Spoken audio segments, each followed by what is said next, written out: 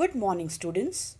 Today, in our English class, we'll start with the supplementary reader Moments, Lesson 1, The Lost Child, written by Mulk Raj Anand.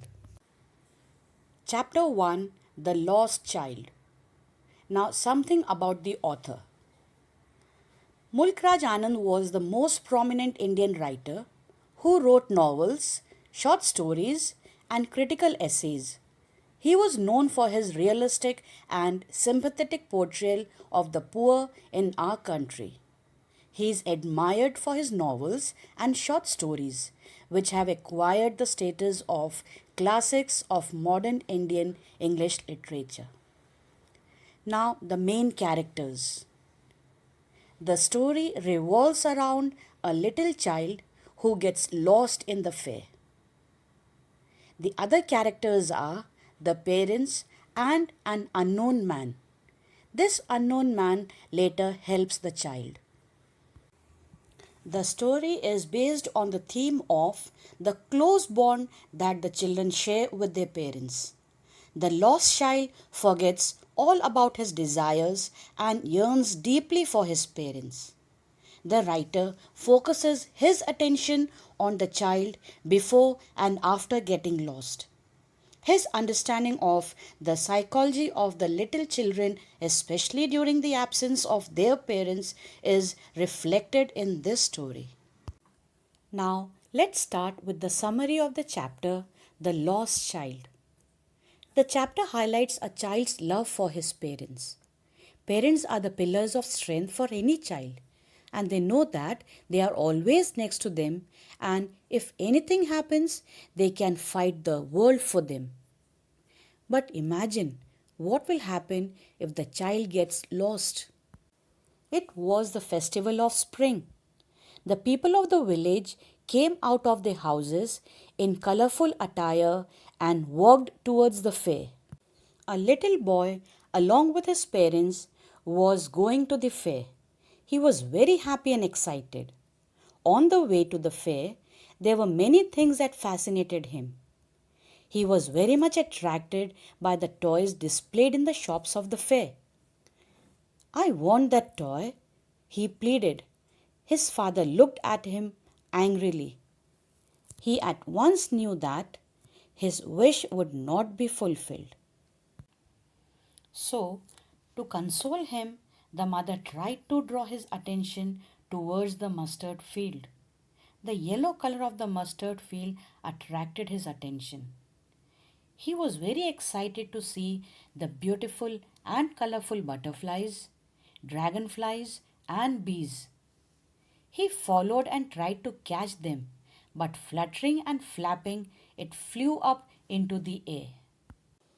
As they neared the fair, he at once was fascinated by the sweetmeat seller.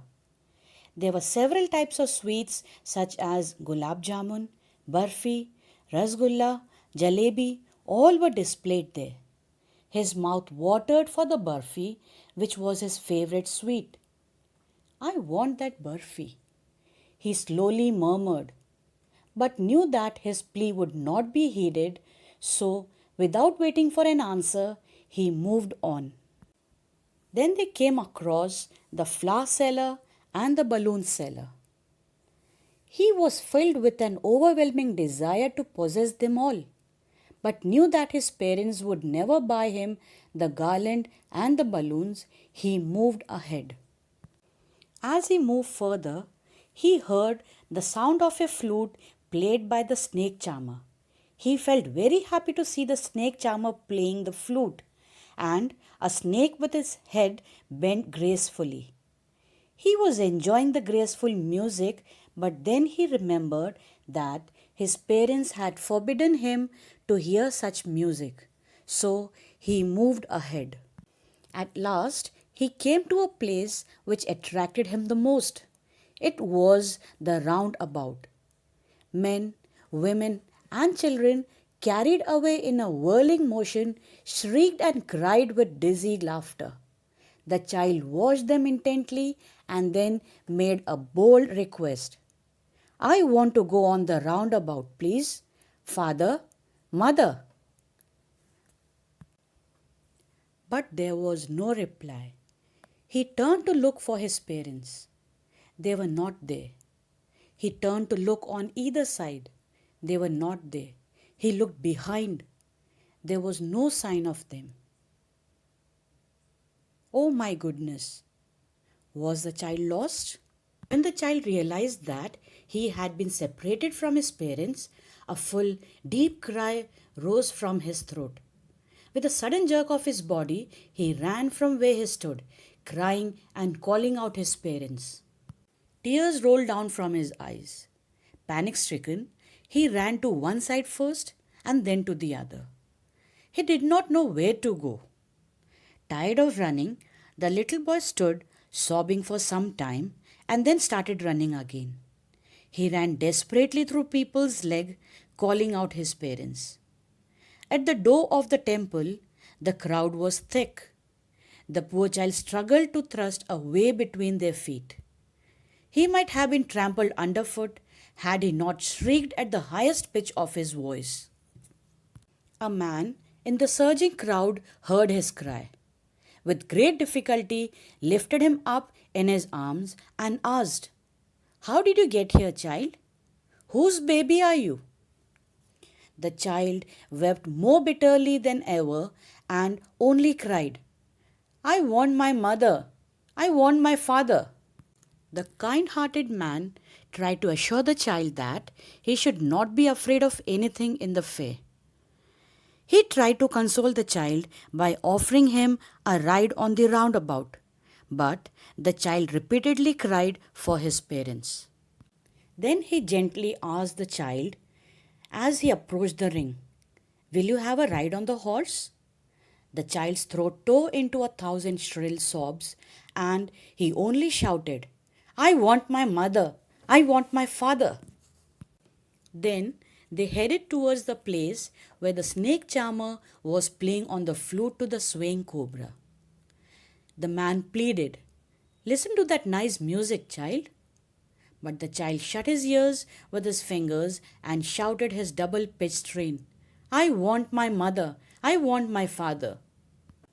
Next, he took him to the balloon cellar, thinking that the bright colored balloons would distract the child's attention and quieten him. But the child turned his eyes from the balloons and just sobbed for his parents. Now they reached the gate where the flower seller was selling flowers. He said, "Can you smell those nice flowers, child? Would you like to have a garland to put round your neck?" The child turned his nose away from the basket and sobbed. Finally, the man thought that the child would be happy seeing the sweets. He took him to the counter of sweet shop. "What sweets would you like, child?" he asked.